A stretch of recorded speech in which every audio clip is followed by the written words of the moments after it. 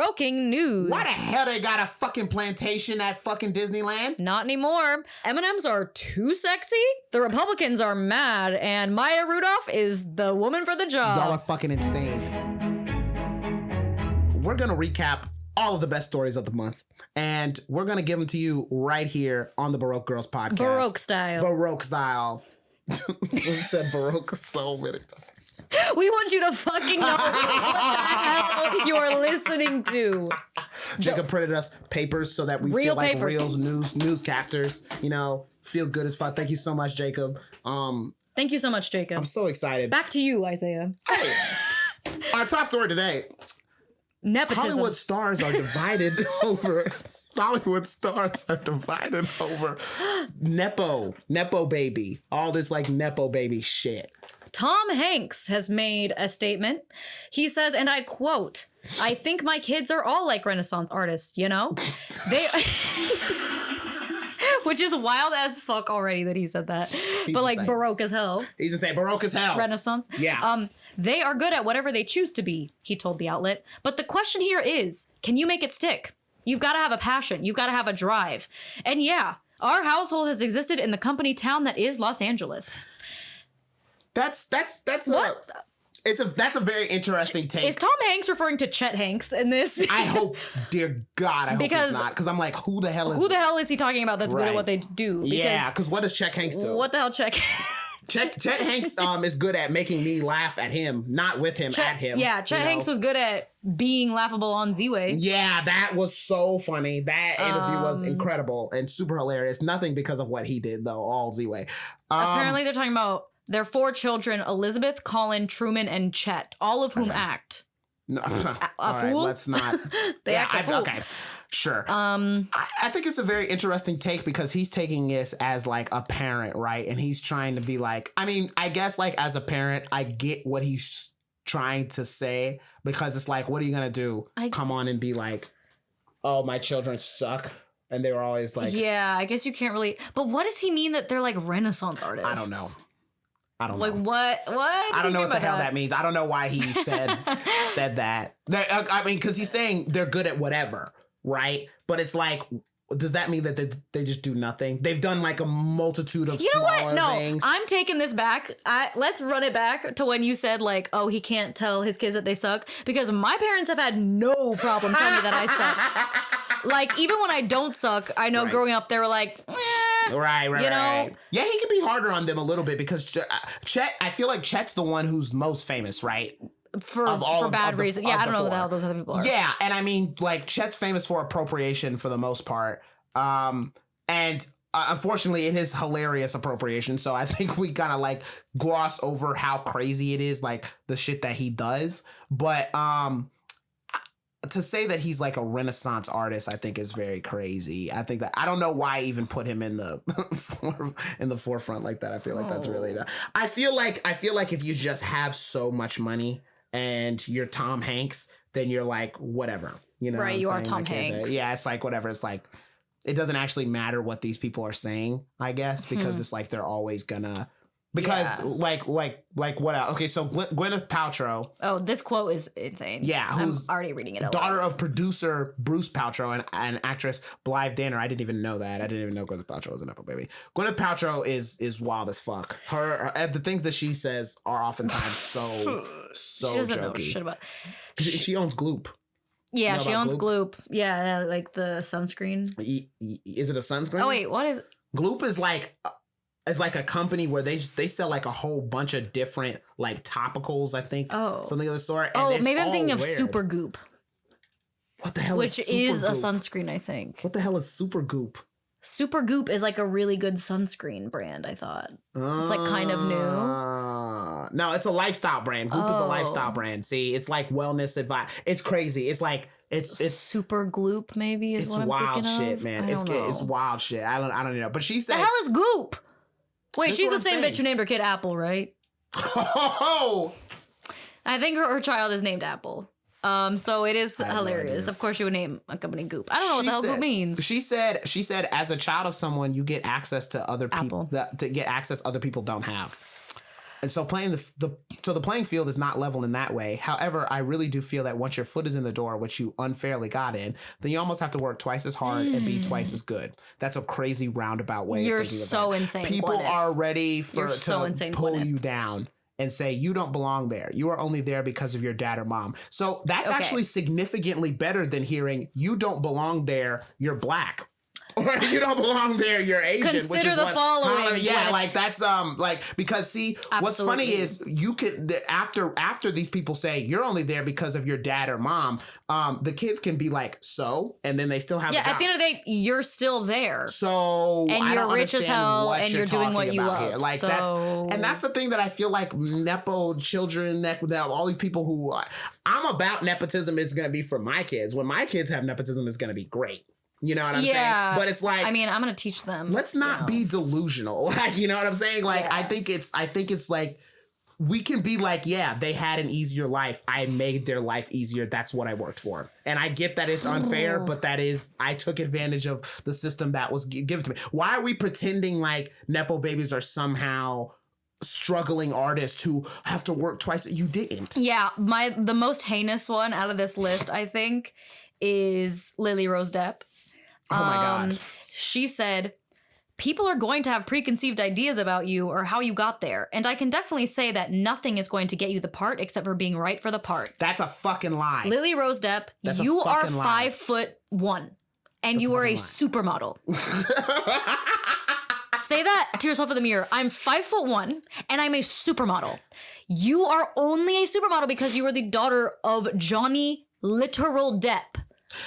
And I'm also short. We have to, I just don't understand. You don't have to be the underdog. I think like the underdog has been so romanticized, and these people are like, they're so far from being the underdog that they like want to feel like, no, I worked hard. Right. You come up with a different thing to rally around. Except where you are. Like, yeah. You know what I'm saying? Obviously, you're not going to think, because Kate Hudson says, if you work hard and you kill it, it doesn't matter. Of course you would think that, because when you work hard and kill it, it does work for you. Because you're a nepotism baby. Right. But I'm trying to tell you that other people are trying to tell you that when it's out in the regular world, you can work hard as fuck and not matters. It does not nothing matter. Fucking matters. It you know what I'm saying? matter. Because you're not the child of somebody who is famous, who can pay to get you in these doors. Mm-hmm. That's what I feel like and obviously they have no perspective on this type of thing because they have lived no other life except for this. Right. But it's like, Y'all gotta get a grip. Y'all have got to get a fucking grip. Like, and talk to someone who's not famous. Right. Like, have a friend who's not famous. And I get that your friend groups are probably not full of people who have not experienced the same things that you do, because you're probably friends with other nepotism babies. But there are other people who are out there. There's other people out there, and it's kind of on you for having such a...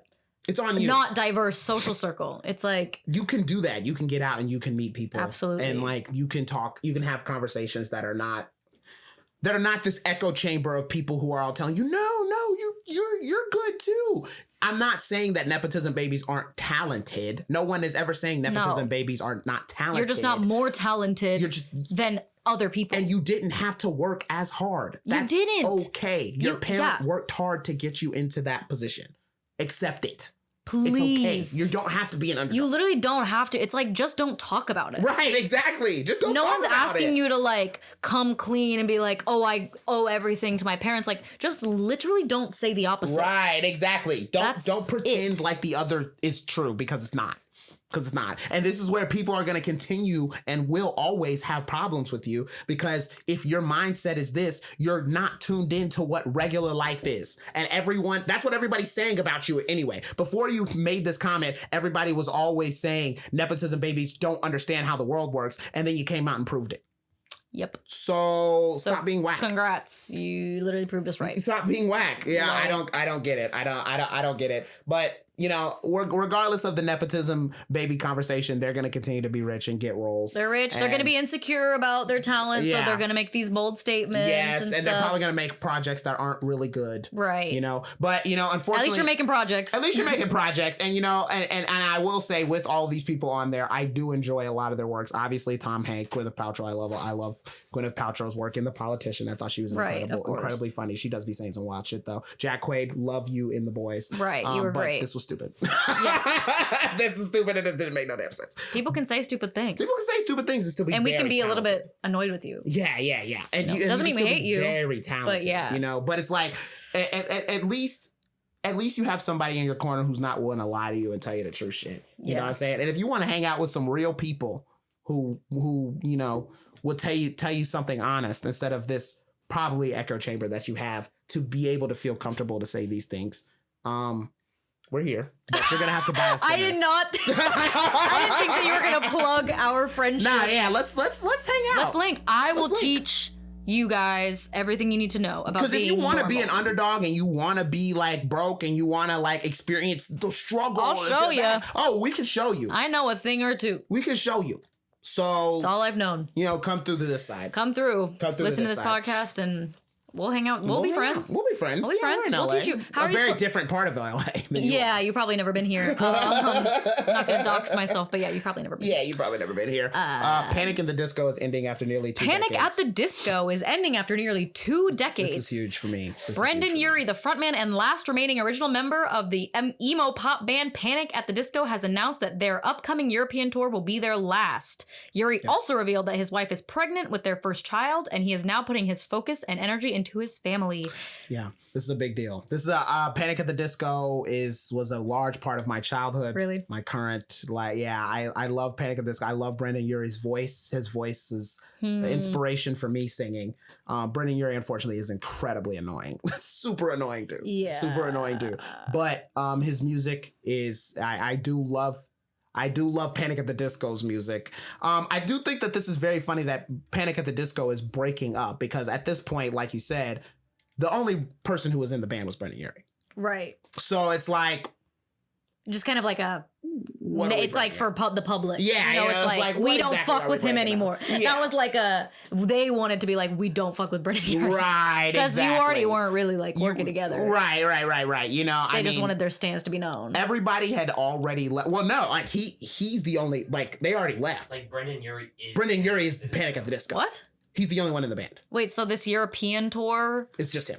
And the touring members of the band. Yeah, but there's no one else in the band anymore. There was 4 people Panic at the Disco started with 4 people, and over the course of time, all 3 of them left. Amazing. All 3 of them left, and Brendan Urie became the last one in 2016, I want to say. Okay. And then he released 3 albums when it's just Panic at the Disco was a solo project. Damn. So that's why it's funny that he's breaking up the band because there's no one to break up with. It's just him. Okay. It's just him. And you know, people, the reaction to Panic at the Disco over the years has slowly gone south, and I think that probably Brendan was noticing that. Also, it seems like his wife is obviously pregnant, and you know, there's it seems. Yeah, it seems. You know, they're having their first child. He's focusing on his family. That's great. After 2 decades, though, imagine doing something for 2 decades. That's like almost my entire life. Yeah, it's a long time, man. And they touch a lot of people. I mean, they're beginning their first couple of albums, I think, are incredibly important, very important people to the emo pop punk scene, to the scene in general. I Write Sins Not Tragedies is forever an iconic song. Haven't you people ever heard of Closing the Goddamn Door? It's a beautiful lyric. Yeah. The reaction to Brendan Urie being the only person in the band has slowly gone south. Now he did take the band to popularity where it never got, but then that eventually died out. He released an album in 2022. I never listened to it. Oh damn. It didn't seem to have any singles that were popping. Okay. But he did, for the first part, when it first happened, he released he had a couple of pop hits. Okay. And then what was that song that was like really, that was on the radio? It was it was cringe, wasn't it? It was King of the Clouds? No, it was like the song about gonna be famous, like it's I'm a one in a I'm gonna be the one in a million or something. Yes. That song was popping. Oh fuck! I forgot. Got to have high hopes. High Hopes. High Hopes was everywhere. High Hopes was like on NFL games, man. Yeah. It was fucking. It was from Pray from the Wicked in 2018. High hopes for a living. That was a good song. The lyrics, like I think, for people like us and like athlete, just anyone kind of like aspiring to some sort of like status. Yeah. In a, however cringe that may sound, Yeah. like it really resonated because it's like when you're not a Nepo baby, you literally have to have high hopes for a living. That's all we do all day is tell each other that we're gonna be successful. That is very true. And it's like a little bit we just have to live in delusion, but like that's 50% of our conversation is like, no, like we're next. It really is. Like, That we're next really is. up. So that was a good song for the moment. It didn't, I haven't listened to it in many years. Me but neither, it was, because it got cringe. And I will say King of the Clouds, which is a song that's just about, I mean, it's just King. The lyrics don't really matter, but the King of the Clouds, I get lifted. That was the first song that I ever listened to when I rode on my first plane. So I was in the clouds when I listened to it. So I was like, oh, this is incredible. I feel like everybody has that song. Yeah. I was like, this is incredible. I don't know if you remember the song Peanut Butter Jelly by Galantis. No. I do remember. But that was my first time in the clouds song. Oh Really? my God. Mine was First Class. Nice. First Class by Jack Harlow? No. What? Oh no. my God. Like, I was like, we're what? flying first class. The original. With my little MP3 sample. player. The original It was sample. like just that song and like I think a Shakira song. First Class. Is it? I think it's called Glamorous. Oh, Glamorous. That's what it is. I'm about to say First Class is the Jack Harlow song that sample. Yeah, it was Glamorous. Glamorous. G-L-A-M. Yeah, that's what he sampled for First Class. That's a good song. Yeah, That's a that was good it. song. And you know what made First sense? class. And I was flying whatever the fuck economy business. I was we were broke as hell, but like some like insanely cheap cabin. Yeah. All in all, Panic at the Disco, I mean, a great run. What a great run. Sure. What a journey. I never followed too closely, but I mean, I will miss them greatly, but obviously it didn't really matter. Truthfully, this was really nothing because at the end of the day, Panic at the Disco was already only Brendan Urie. So this is basically just saying Brendan Urie is going to take a break from making music, which I'm fine. okay. Yeah, it's like, well, great. Cool. Good that to don't know. really got anything to do with me. To me, that was already happening because I wasn't listening to your shit. So, no offense, but I thought that was already a thing. You got to get on TikTok and like start advertising and shit. I didn't know you were making music. That's so funny. This is news to me. That's real. Justin Roiland, man. Justin Roiland. Adult Swim fires Rick and Morty co-creator Justin Roiland over domestic violence charges. It's tough. A little more than a week after Justin Roiland, the co-creator, executive producer, and star of Rick and Morty, appeared at a pre-trial hearing to face domestic violence charges. Justin Roiland has also been cut from Hulu's animated series Solar Opposites. Yeah. Both shows are expected to continue. This is a tough one. He also this is not going to be part of the domestic violence charges, but he was also speaking to a minor and saying crazy shit. Yeah, I saw the tweets. Yeah, he was speaking to the minor, and there's screenshots. He was saying some. Like, I'm so surprised that the co-creator of Rick and Morty is an awful fucking person. For sure, that's really tough. I'm literally shaking. Like, I'm so surprised. Like, I'm literally shaking right now. Like, okay, come on. Like, that's tough. Yeah, I will never say, fuck with Rick and Morty. I also never Not watched Rick once. and Morty. I will say I have heard from people that I do like that Rick and Morty was a good show. It was just the fans that made it bad. But this isn't help. This doesn't. Well, how good can a piece of? And I'm not saying that people were wrong for liking the show because it was at a different time. But I think watching the episodes back, if a piece of art is created by an awful person, the art is gonna be. And it's hard because tarnished. It's gonna have that worldview. He was Rick and Morty. And so the worldview that the show was created with is a bad one. It's like, and I'm not dogging on those types of show in general because I grew up watching Family Guy. And every Family Guy, for sure. Follow up. Yeah, that's funny. So it's not like I'm like, oh, like, fuck, like, kind of crude cartoons. Here's what I'll say. If something came out about Seth MacFarlane. But it hasn't, though. It hasn't, and but that's if it so did, surprising. people would say the same thing we're saying about Rick and Morty, to be fair to them. And I love Family Guy and American Dad. But if something came out about Seth MacFarlane, people would be like, "Oh, duh! Didn't you watch Family Guy back in the day?" I could also see that happening, but I feel like the fact that it hasn't happened already, like I've been like kind of anticipating it. Yeah, I don't think it will. But it hasn't happened, so it's like, okay, like he really must be like fine. I also do think that he's fine. But I'm saying like. What I'm saying is like it is like a like it may not be the show. You know what I'm saying? It may not be the show. It may be him. It may just. Do you feel like there's a different audience though with? Because like I do think that like the Family Guy crowd is a different. It's a different group of people than Rick and Morty. Like I don't know a lot of people who like watched both. It's like you kind of watch one or the other, and every Rick and Morty person that I've met. I'm not speaking for all of you, but every Rick and Morty person I've met has either been a cheater or a rapist or just an overall awful person. Rick and Morty fans gave that show a very bad name because there was a lot of incels that watched it. Incels, yes, that's another. But the thing is that I don't think that they got was the show was making fun of them. But how much was it making fun of them because he... Right, well now it comes out that it's like...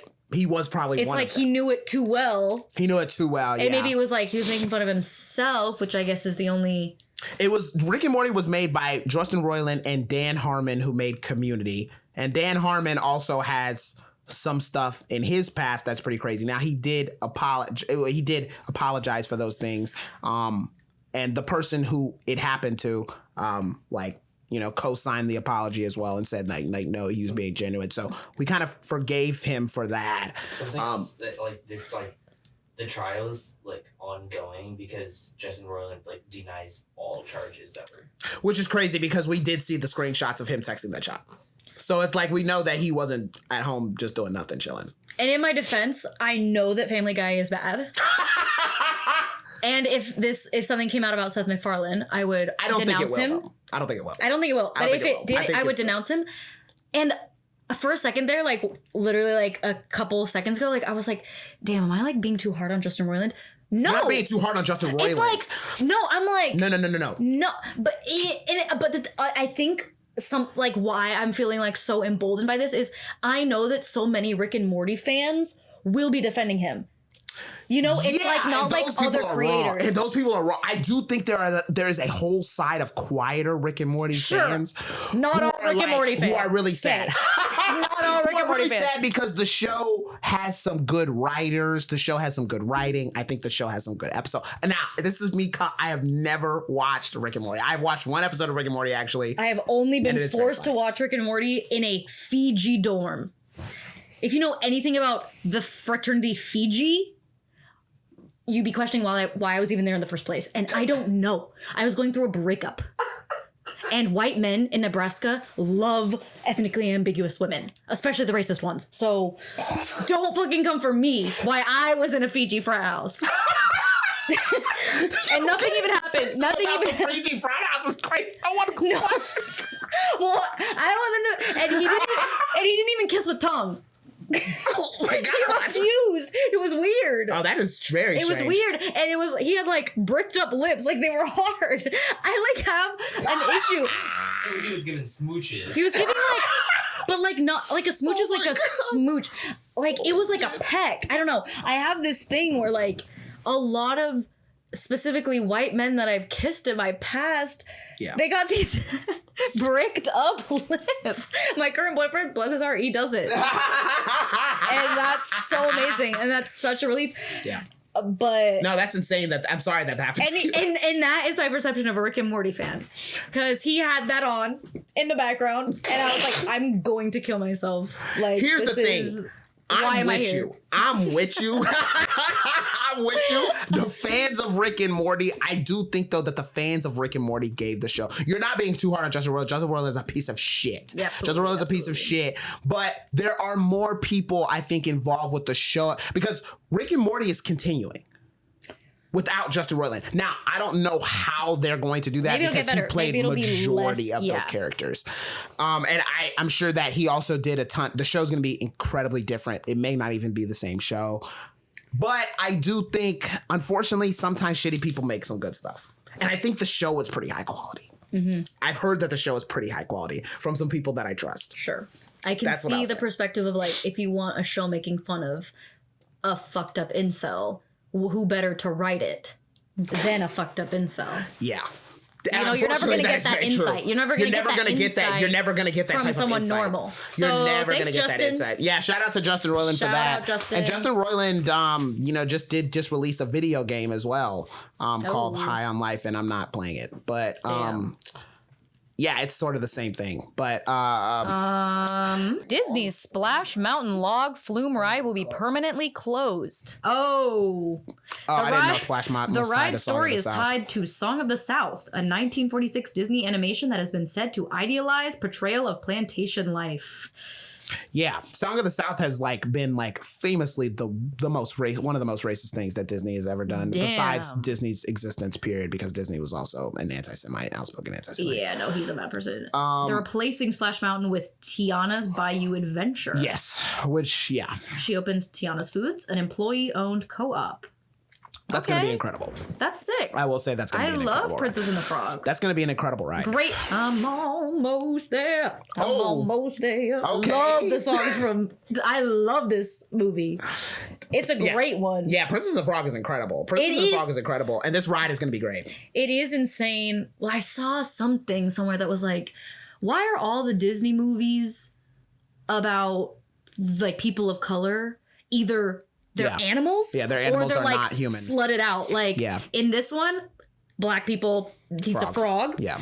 In Aladdin, Jasmine is the only like one of the only princesses that's like not wearing like she's wearing like skimpy clothing. Yeah. It's like the weird sexualization and like animalization of people of color. Yeah. Not surprising because of Disney's past. Mm-hmm. But what the hell? Yeah, it sucks. It definitely sucks. And I mean, Princess and the Frog is a step in the right direction, but we do need more things that are, you know, where they are human. I love Princess with love and respect to Princess and the Frog. Great movie. But we do need some stuff where they're regular.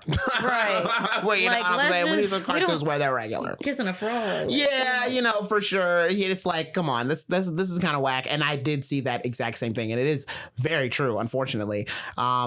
But this ride is going to be pretty great because the people at Disney Animatronics, they know what they're fucking doing, man. I went to Disney. I haven't been to Disney since I was a child. Man, I went to Disneyland like the first time I was in California. That Star Wars ride is one of the most amazing things that I've ever been on. Really? It's probably the most, like the best ride that I've ever been on. So this, I already know this is going to be incredible. I've never been on Splash Mountain, so I never saw what it was like before, but it is pretty crazy that it took this long to shut down Splash Mountain with it being tied to Song of the South, because Song of the South is just I had no idea. known to be incredibly racist. It's like pretty insane that it took this long. But That's so insane.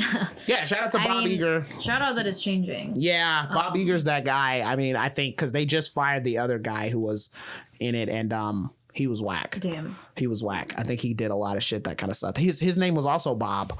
And then they replaced him with this guy. He came back. So hopefully that's like a step in the right direction for Disney. But you know, Disney ultimately is a company, and that's Pretty unethical one. Pretty unethical one. The mouse is the devil. M&M's replacing Spokes Candy's characters with Maya Rudolph. Yes. M&M says, "We have decided to take an indefinite pause from the Spokes Candies," M&M's Twitter statement reads. "In their place, we are proud to introduce a spokesperson America can agree on, the beloved Maya Rudolph. We are confident Miss Rudolph will champion the power of fun to create a world where everyone feels they belong." Yeah. Maya Rudolph said, yeah, it's stupid. Yeah, that's really ridiculous. That's one of the most insane things I've ever seen. But Maya Rudolph said, "I'm a lifelong lover of candy, and I feel like it's such an honor to be asked to be part of such a legendary brand's campaign." And the actress added, "I think little Maya would be thrilled to get to work with M&M's. I'm sure she would. I'm happy for love Maya Rudolph. M&Ms, Yeah, I'm happy for Maya Rudolph. Maya Rudolph is incredible. I think if you are going to get somebody to be a spokesperson for something, It Maya should be her. Rudolph. It should be her. She's great. But this decision don't make no damn sense. What? Let's watch it. I love M&Ms, and you and I love me. The data proves it. That's why I'm happy to announce that soon America's favorite chocolate candies will have a picture of yours truly painted right on them. Oh, this is a joke, right? I love eating my own face. She's getting her own M&M? Oh, that's incredible. I'm going to This- purchase that. That's got to be like an IHOB situation where Yeah, they're yeah, joking, yeah. right? Like this isn't real. If they put Maya Rudolph on an M&M, They're best not believe I'll be putting Maya Rudolph purchasing on M&Ms. Maya Rudolph is incredible. I know, but that makes no. This has to be an IHOB situation. I remember IHOB, man. I wanted IHOB to be real so bad. I thought they were literally changing their name. Well, for some context, M&M has recently been really struggling with their Branding. M&M characters. Yeah. Well, yeah, because they're like being weird about having sexy M&Ms. It's like that's why we love them. Yeah, people Republicans are being weird about it, and this feels like catering to Republicans, which is whack. Because I'm like, no one really had a problem with the fucking M&M. No one was thinking about the M&Ms like that. This is crazy because it's like the public can complain about like pervy CEOs, like people in charge of these big companies who like have allegations against them, whatever. But the line that they draw is an sexy M&M candies? kind of being sexy, And they're not as a even joke. really sexy. They're just sultry. Like we're kidding. It's a bit. Like if we're calling the brown M&M mommy, do you think we're actually like Sexually attracted flicking to our the beam M&M? to the fucking M&M? No. We're like, why is that? This is like the definition of like stupid change. This is stupid change. Exactly. This is what it feels like. Love Maya Rudolph to death. Yeah. Maya Rudolph completely separate. I'm super happy that Maya Rudolph is getting this. She should be the spokesperson alongside the M&Ms. Like do a whole like commercial where this doesn't make any sense. life size. Yeah, I don't. This doesn't make any sense. No one was upset about the M&M. Everybody on Fox News was upset about the M&Ms because they're freaks. They're freaks and weirdos. The M&Ms are making our children gay. And it's like no one is thinking that and no one is believing that. And this is weird that anybody's... This feels like a joke. Like it literally feels It does. It feels like a bit. I fake. saw it. I literally saw it and I thought it was a How Twitter is this bit. real? Like they're actually getting rid of the M&M characters? Yeah, I mean, they're taking a pause. I won't think about this after we're done talking about it. I I'm don't going care. to. If I'm going to pick up a pack of M&Ms and the little people aren't on there, it's like... Yeah, this is going to be whack. This is whack. Is not a comment on Maya Rudolph. Like, I love Maya Rudolph. Why are we getting rid of... They're smart as fuck for getting Maya Rudolph because it's real hard to hate on Maya Rudolph, bro. It's super hard. Like, because if this was like Chris Pratt... Oh. If this was Chris Pratt...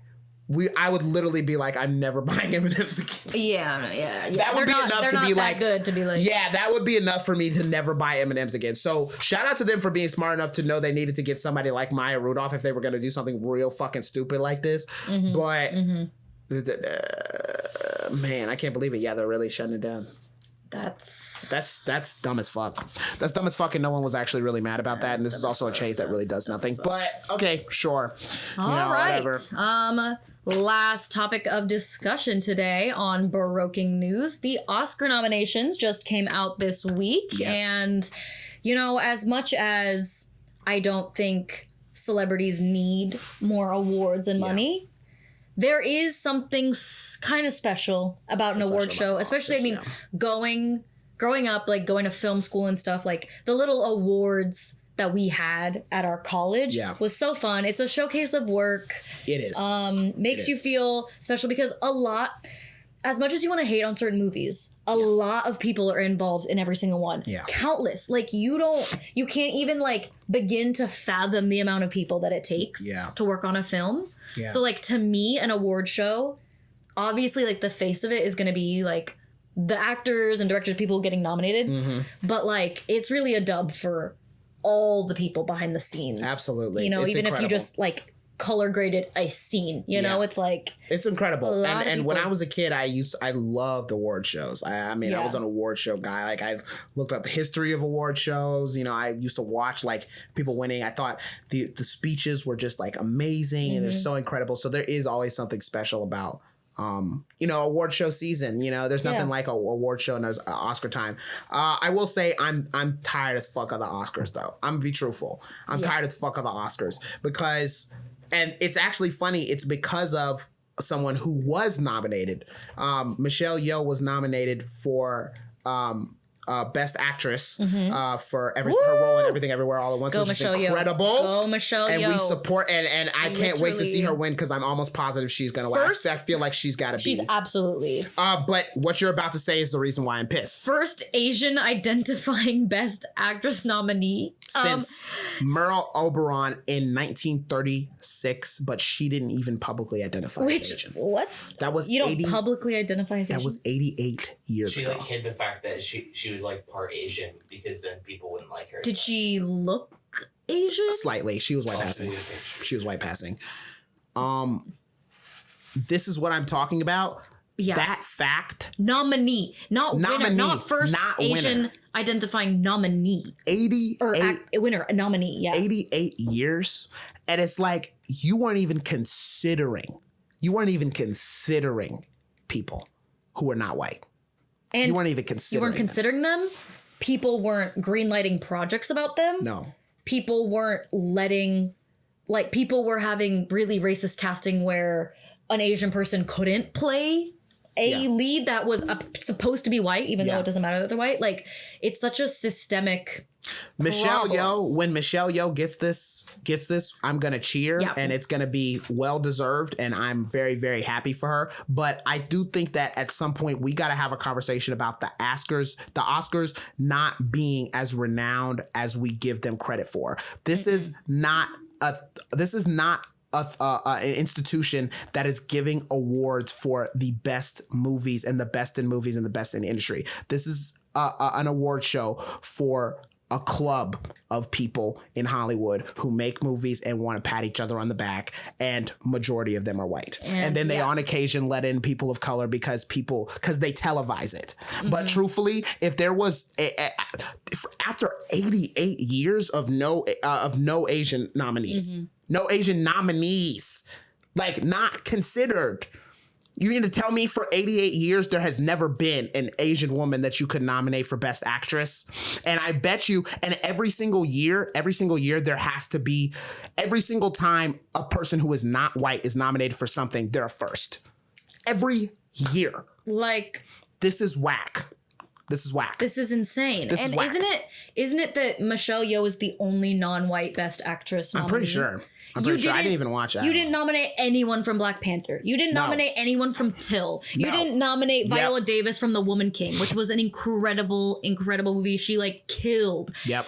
You didn't nominate Lashana Lynch for her supporting role. Like, who she obliterated the competition, you know, and but like shout out to Stephanie Sue. Shout out to Stephanie Sue. Like, she should be the supporting. Yes. Yeah, you know, like it'd be really hard for me to pick who I liked better. I will say, but just what this is bad. But you nominated, and I'm gonna call it out.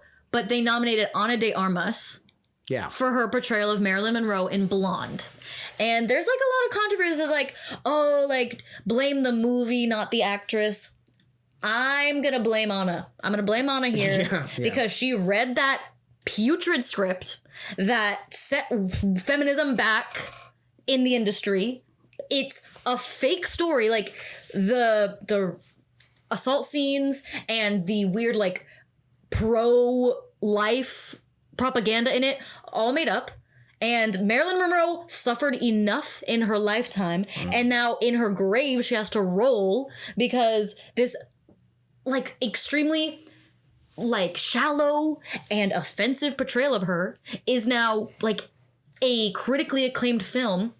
And Ana de Armas read this, knew it, decided to accept the role, and now is like literally being applauded for it. It's like, if this was someone's first role, like let's say it's like an unknown actress and she got the script, I would literally be so much more lenient with this. Yeah. It's like, okay, this is your break. Yeah, it was a fucked up script. Yeah. Ana de Armas did not need to accept this role. She was a Bond girl. She was in Knives Out. She was in Blade Runner. You didn't need to take this. This was a fucked up movie. Yeah. I was disgusted. And a movie like Women Talking, which surprisingly did get nominated for Best Picture. Incredible. Extremely surprising. But not nominated for the director, right? Not nominated for director, not nominated for any of the actresses, which were incredible at portraying sexual assault victims. Like, what? It's like a bunch of white men in the Academy discussing in a room what they think was good and what their version, like white film bros say that they love Blonde because they think that that's like feminist of them. Right. But it's a white man's story about a woman's suffering. It can't be good.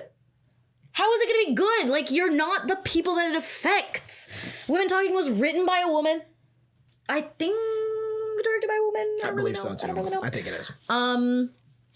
Like, why are we? That's such an annoying part about awards. It is. And I love what awards are. I love what they stand for. But we have to be serious with ourselves and start recognizing that if you don't have an award, or if you have a bunch of these awards, this is not a talent-based competition. No. This is not a talent-based competition. This is a I am white and friends with a couple of people type of competition. The people who are nominated for these roles who don't fit into that description had to give the performances of the career, a career to be considered, to be even slightly considered. And then a lot of them did and still aren't.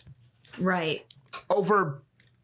I mean, there's no one to step on like on these nominees except maybe Ana de Armas for Blonde, but that was wild. But it's like not to step on the work of all these other people, but it's like, come on, you mean to tell me there's years? not a single non-white Best Actor nominee?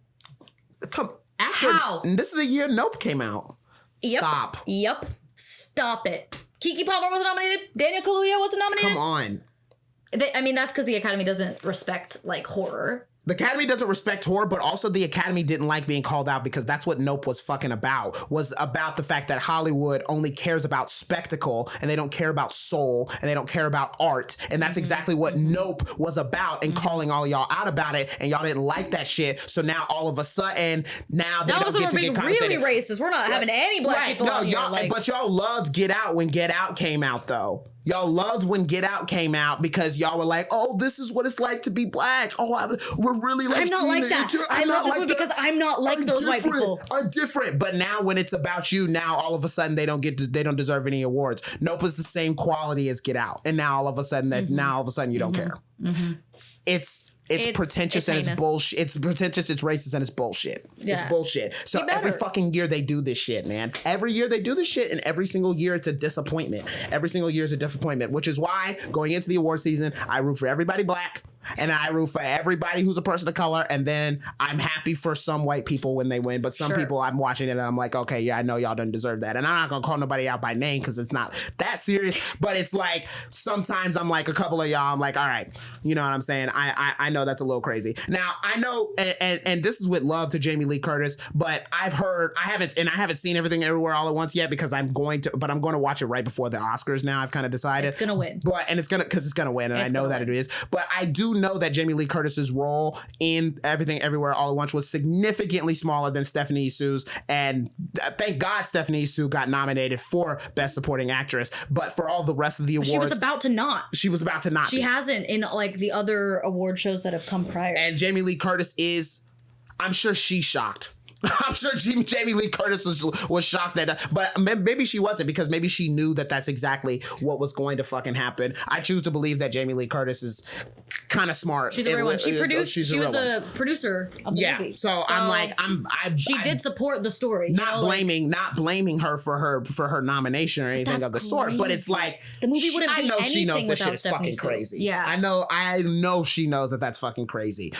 So it's just I don't know. I always watch these award shows with and I take it with a fucking grain of salt. All of the fucking like, oh well, they have all these Oscars and all this stuff. Okay, well, what characteristics do they receive? Because I'm pretty sure there's a bunch of other artists who would have the same type of thing if they were white. You know what I'm saying? Who would have the same credentials if they were white? You know, it's swag. Because obviously a life goal of mine would be to win an Oscar. Yeah, I want an Oscar too. I want an Oscar too. It would be incredible. Goal, because it's a validation of your career from the industry that we have to work really hard to get into because we don't just have it handed to us. But like something I've had to really accept and understand is that like, it's not gonna be my talent that gets me the award. It's gonna be if I get cast in a role that is like an Oscar baity role, which are typically only given to white people, like Elvis. I'm just Marilyn Monroe. Like being 14 years old, being like a 14 age, and you'll probably be able to identify with this as well. But I imagine all the teenage Asian actresses who are doing theater right now who saw Michelle Yeoh being nominated and being happy at first, but then looking at that number of 88 years. 88 years? It's like, how do you have hope that you have a place in this industry after seeing a number like that? 88 years. I don't feel inspired, but whenever people are like, I had to shop my script around for 50 years before it got shot, and then finally, you know what, eventually I'm like, is there like actually anyone who's like inspired by that? Because I'm personally extremely depressed that these stories, like Everything Everywhere All at Once, get rejected by literally almost everyone. And Michelle Yeoh, no, like all Asian actresses didn't get nominated for almost a century. Come on.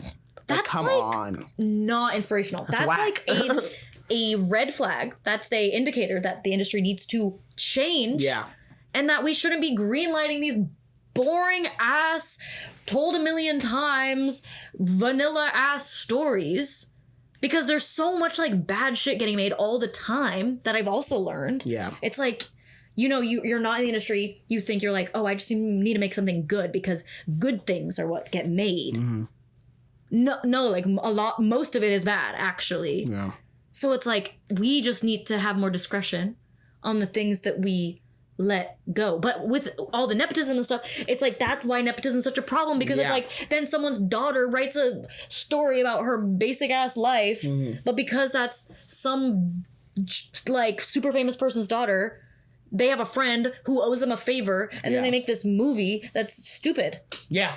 But they got a whole bunch of people on the Oscar nomination in the Academy who are and also now they're friends. nominated. It's like, it's like, oh my god, that's my college buddy's And now all of a sudden we're all like, oh, but you know, maybe the script wasn't good, but their performance wasn't good. We're like nitpicking our scripts. Like, I have a pilot written right now. I'm like, oh, like I need to do this. Like, I need to make it I only need to do that because like I'm not of importance. Like, you have to try 20 times as hard. Yeah.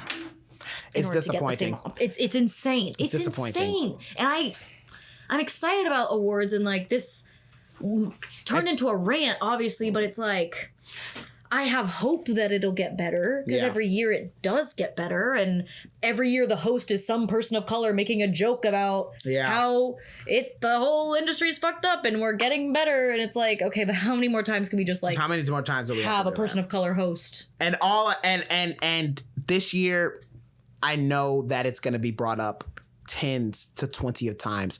None of these Will Smith jokes are going to be funny. I'm going to tell you that right now. Mm-mm. No black people laughing at this. Y'all would not be having the same energy if it was a white man hitting a white man. You know, and I know it's going to happen 10 times. I know it's not going to be funny.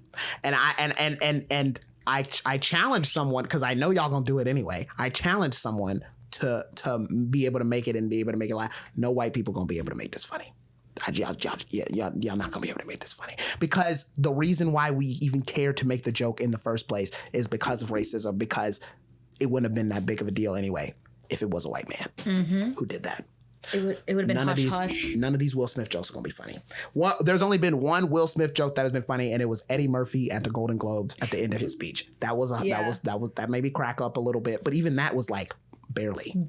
It was like barely, and it was literally only because it was Eddie Murphy. You know, this shit's gonna be whack. I am gonna say this shit's gonna be whack, but I am hoping Stephanie Sue, I hope gets the win. Yeah. Brian Tyree Henry, congratulations on your Best Supporting Actor for Causeway, which is a movie that I wanted to watch, but I haven't seen. Which is incredible. The supporting category. where people of color come to shine. Yes. Because that's what they're written as. That's what they're written as and everything. Still proud of you guys. Yes. Wish I could see more of y'all in leads. Yeah. That's congrats to Michelle Yeoh, and I do know that Michelle is going to win it because it makes sense for the Academy to win. It makes sense marketing wise for the Academy, and also because her performance was. But that's what sucks is that her performance is good enough, better, great enough to have won an Oscar, but the only reason that she can is because it makes sense for the Academy, because the Academy would ignore her too if it didn't make sense, you know? And it's whack. When they first released nominations, or for something, like they first released like the list or something, Diego Calva, the lead in Babylon was nominated for supporting, and Brad Pitt, the supporting actor, was nominated for lead. And then our roommate, Zoe Rose Bryant on Twitter, you probably heard if you're on film Twitter. She like tweeted about it. She was like, what in the racist hell is this? Right. And they changed it. Because her tweet went viral. So is Diego Calva nominated for Best Actor? I think so. Yeah. I did not see his name on the list. I don't. Oh, I think he's not. He was for like other things. Like I think for the maybe like for other stuff. But yeah, neither him nor Brad Pitt. Babylon really kind of didn't get like for the Golden Globes. Anything. Yeah, it was for the Globes. But you know, our voice matters because I feel like Zoe has made many changes like that this year. And she's been pushing for everything everywhere since the beginning and kind of like got the Stephanie Sue train rolling. Yeah. And I don't know, like, I don't want to sound naive, but like Zoe really does have quite a pull. Yeah. And her following is quite large and influenced by her. And literally about the Diego Calva Brad Pitt thing, like they changed the category like 2 hours after her like tweet blew up, you know? So it's like, it's like what we say does have an effect. So we need more of that. Be respectful and like know who you're directing your anger towards. But I mean, I feel like we should continue to be vocal about our problems and qualms with the Academy, with the award shows. Because it's the only, I mean, their image is the only thing that they're going to uphold because it's not ethics or morals. It's not ethics and it's not morals. If you threaten their image. Their image and their money.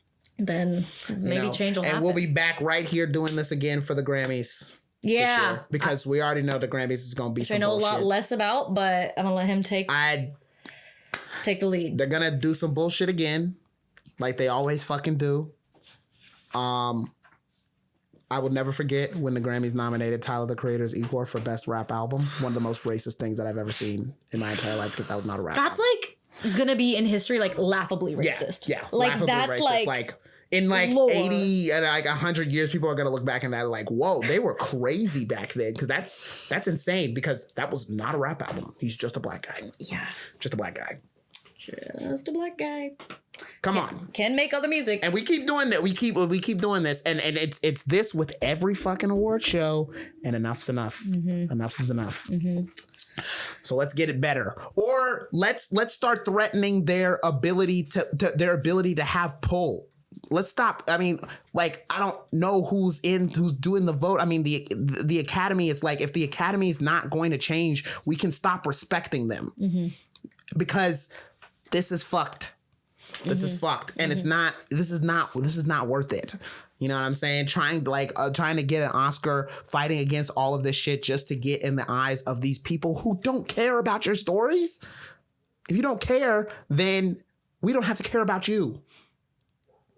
We don't? We don't have to respect the Oscar. I know what the Oscars is in history, but we don't have to respect it if they are not respecting us and they are not respecting our stories. Period. That's all I got to say about it. And that's all we've got for our first installment of Baroquing News. It's going to be the last Monday of every month. Yes, indeed. That we post a video and a podcast episode, just us talking about the what would you even call this?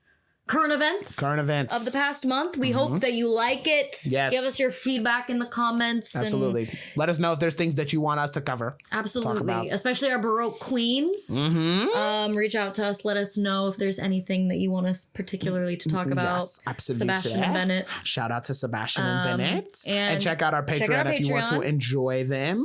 Those benefits. All those benefits. We just added our Baroque baby tier for $1 a month. $1 a month. You know, if you're down bad like us, you know, it's like, all right, if you can only afford $1 a month, we've got you. We got you. A Baroque baby. We love you just as much. Check out our Patreon. Subscribe to our YouTube. Follow our Instagram. Follow us on Spotify.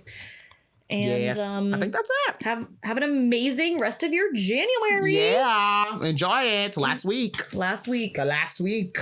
Is this when will this episode be out? Will it be On out? like the 30th. Okay. So The last week happened. So dry have a good January. February. Let us know how it was. Yeah, let us know. I didn't participate in that. I had a little glass of whiskey a couple That's nights right. ago. I smoke weed every day. That's dry as hell. My mouth gets dry as fuck when I smoke weed. Yeah, I guess in dry that to me. sense. Yeah, it was dry to me. That's it was dry the to me. driest I could I had possibly dry be. eyes, yes. Dry mouth. All right, let's fucking. Thank you for tuning in. Thank you so much. And Bye. see you next time. M&Ms are too sexy and Republicans want to fuck them?